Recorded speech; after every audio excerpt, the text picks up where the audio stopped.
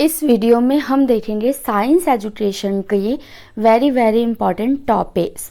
तो इस वीडियो के अंदर मैं आपको साइंस एजुकेशन जो कि सेकेंड ईयर में आपके पास ऑप्शनल सब्जेक्ट होता है, तो अगर आपने साइंस ले रखी है तो ये वीडियो आपके लिए बहुत ज़्यादा इम्पॉर्टेंट है, क्योंकि अपकमिंग पेपर के लिए जो क्वेश्चन या टॉपिक्स ऐसे हैं जो बहुत ज़्यादा इम्पॉर्टेंट हैं, जो पिछले कई सालों से या जब से डीएलएड का सिलेबस या फ्रेमवर्क तैयार किया गया है तब से वो क्वेश्चन जो है रिपीट हो रहे हैं या वो टॉपिक जो है वो रिपीट हो रहे हैं। हो सकता है उस टॉपिक्स को डिफरेंट वे में पूछा जाए, लेकिन जो क्वेश्चन है वो इन्हीं टॉपिक से बनकर आ रहे हैं।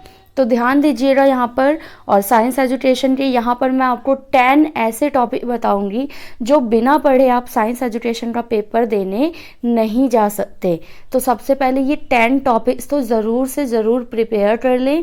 और इसके अलावा अगर आप चाहें तो यूनिट वाइज यूनिट 1, 2, 3, 4, 5 पाँचों यूनिट आप प्लेलिस्ट में जाकर वहाँ से पूरा एक्सप्लेनेशन देख सकते हो अगर आपके पास टाइम है तो। और उसके बाद ये 10 टॉपिक जो मैं अभी आपको इस वीडियो में कराऊंगी, इनको बहुत अच्छे से प्रिपेयर करके पेपर में जाइएगा। इनसे रिलेटेड क्वेश्चन आपको पेपर में ज़रूर देखने को मिलेंगे। तो स्टार्ट करते हैं वीडियो को। और जो पहला टॉपिक है यहाँ पर आपका वो है विज्ञान परियोजनाएं, यानी कि साइंस के प्रोजेक्ट्स। तो प्रोजेक्ट से रिलेटेड क्वेश्चन बहुत ज़्यादा आप देखेंगे तो 2019 में, और फिर अभी जो इंटरनल हुए थे उसमें, और उससे पहले के भी अगर आप पेपर उठाते हैं डीएलएड के तो आपको वहाँ पर प्रोजेक्ट से रिलेटेड मिल जाएगा क्वेश्चन देखने के लिए। तो यहाँ पर आपको क्वेश्चन यह आ सकता है कि साइंस परियोजनाएं जो होती हैं वो क्या होती हैं, उसके क्या फ़ायदे हैं, क्या महत्व है। तो जो प्रोजेक्ट्स आपको साइंस अगर आपने पढ़ी होगी तो आपको भी प्रोजेक्ट्स वगैरह ज़रूर मिले होंगे।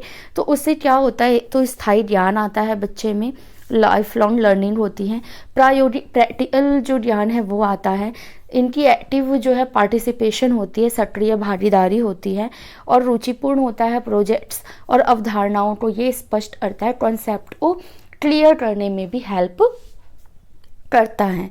इसके अलावा आप देखेंगे दूसरा टॉपिक जो है वो बहुत ज़्यादा इम्पॉर्टेंट है, आईसीटी। तो इसको तैयार करके ज़रूर जाएं, सूचना और संप्रेषण तकनीक।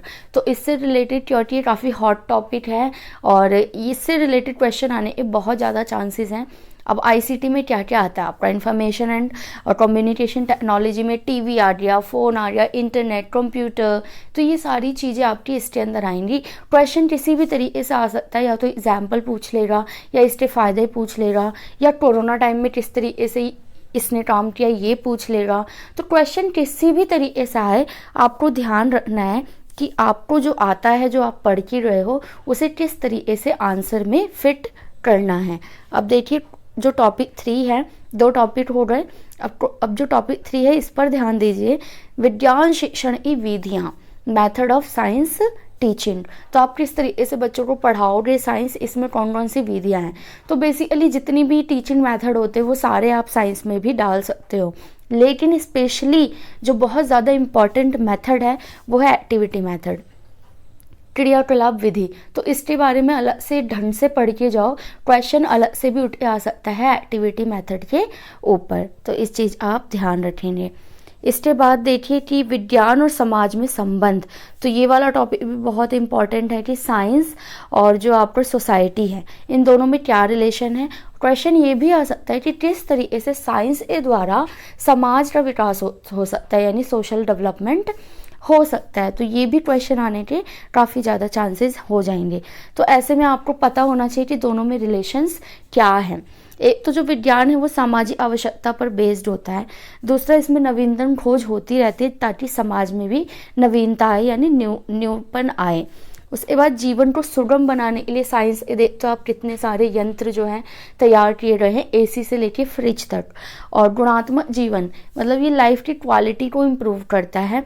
स्वास्थ्य से तो साइंस रिलेटेड है ही, अगर साइंस के द्वारा, केमिस्ट्री के द्वारा मेडिसिन वगैरह ना बनती तो समाज में हमारा स्वास्थ्य जो है वो अच्छा नहीं होता। तो इस तरीके से आप पॉइंट्स पेपर में बना सकते हो। इसके बाद जो टॉपिक इम्पॉर्टेंट है आपका वो है मूल्यांकन तथा आकलन। तो सबसे पहले आपको इन दोनों में डिफरेंस पता होना चाहिए कि मूल्यांकन क्या होता है और आकलन क्या होता है।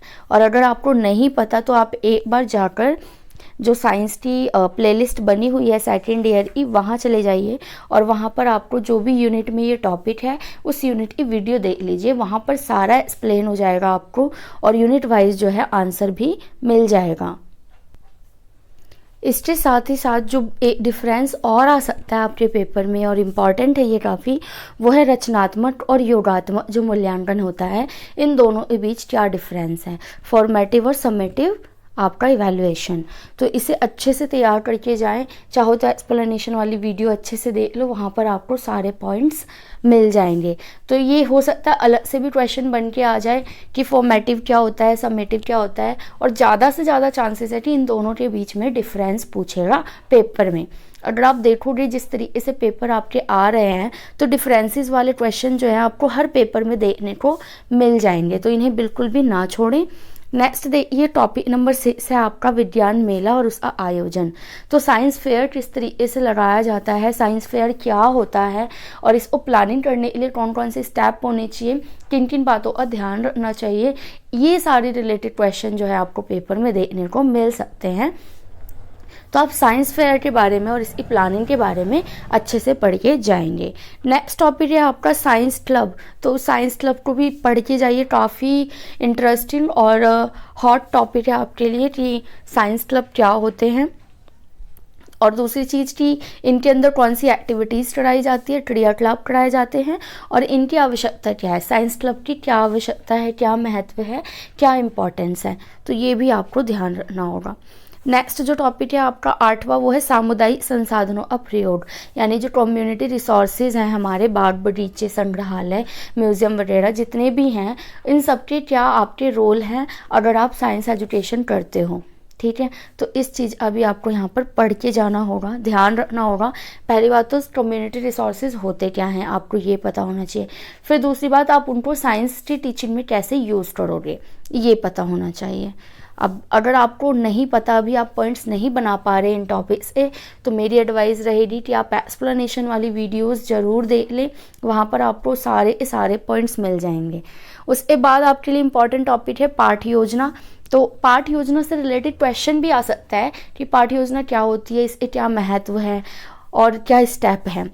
इसके अलावा आपको पाठ योजना बनाने के लिए भी पेपर में आ सकता है, डेफिनेटली आ सकता है। तो एक साइंस की आप पाठ योजना ज़रूर तैयार कर लें कि किस तरीके से विज्ञान का जो लेसन प्लान है वो डिलीवर किया जाता है क्लासरूम के अंदर, स्टेप वाइज स्टेप। अगर आपको नहीं समझ में आ रहा कि कैसे लेसन प्लान बनता है, तो मैंने ना एक एग्जाम्पल डाला हुआ है इंग्लिश के लेसन प्लान का, तो वहाँ पर मैंने माई स्कूल शायद कराया था, तो आप वहाँ से ना सारे स्टेप देख लीजिए और बस टॉपिक अपना चेंज कर लीजिएगा। जैसे माई स्कूल है वहाँ पर, तो आप जो है 5 सेंसेस डाल लो, मतलब साइंस से रिलेटेड कोई भी टॉपिक डाल लो और इजी सा डालो जिसके बारे में आपको पता हो, ताकि आप पूरी जो लेसन प्लानिंग है वो कर सको। ठीक है, इसके बाद आपका जो टॉपिक है इम्पॉर्टेंट, वो है विज्ञान की पाठ्यचर्या, यानी कि आपका करिकुलम और वैज्ञानिक उपागम, कौन कौन से इसके साइंटिफिक जो दृष्टिकोण है, उपागम है, अप्रोचेस हैं, ये तो इन्हें ध्यान रखना है। और विज्ञान पाठ्यचर्या के बारे में आपको ध्यान रखना है कि NCF 2005 में क्या कहा गया था कि विज्ञान को बच्चों के वास्तविक जीवन से, रियल लाइफ से कनेक्ट करके, जोड़ के पढ़ाना है, खूब एग्जाम्पल देने हैं, एक्टिविटी मेथड को प्रमोट करना है और किताबी ज्ञान से हट कर बच्चे को करके सीखने पर जो है वो बल देना है। इसके बाद देखिए आपका जो एक और टॉपिक है लास्ट 11th, वो है रेमेडियल मेजर्स। तो उपचारात्मक पैमाना, इसको भी आपको पढ़ के जाना है, काफ़ी इंपॉर्टेंट और लास्ट टॉपिक है आपके, अगर आप देखोगे यूनिट्स वगैरह में भी। तो किस तरीके से आप बच्चों को रेमेडीज़ प्रोवाइड करोगे, किन बातों का ध्यान रखोगे, इन चीज़ों को यहाँ पर आपको ध्यान रखना होगा। जैसे ऑब्जर्वेशन करना, बच्चों का अवलोकन करना, वार्तालाप, उनसे बातें करना, ध्यान देना उन पर, शिक्षण विधियों का सही प्रयोग करना और समस्या का पता लगाना कि प्रॉब्लम कहाँ हो रही है बच्चों को। तो क्वेश्चन किसी भी टाइप से आ सकता है रेमेडियल मेजर्स से, तो आपको ध्यान रखना है कि ये बेसिस होते हैं, इनके आधार पर ही आप क्या कर सकते हो, बच्चों को रेमेडीज प्रोवाइड कर सकते हो। तो ये आपका साइंस का देखा आपने कि 10-11 टॉपिक टोटल मैंने कराए जो आपके लिए काफ़ी ज़्यादा इम्पॉर्टेंट हैं।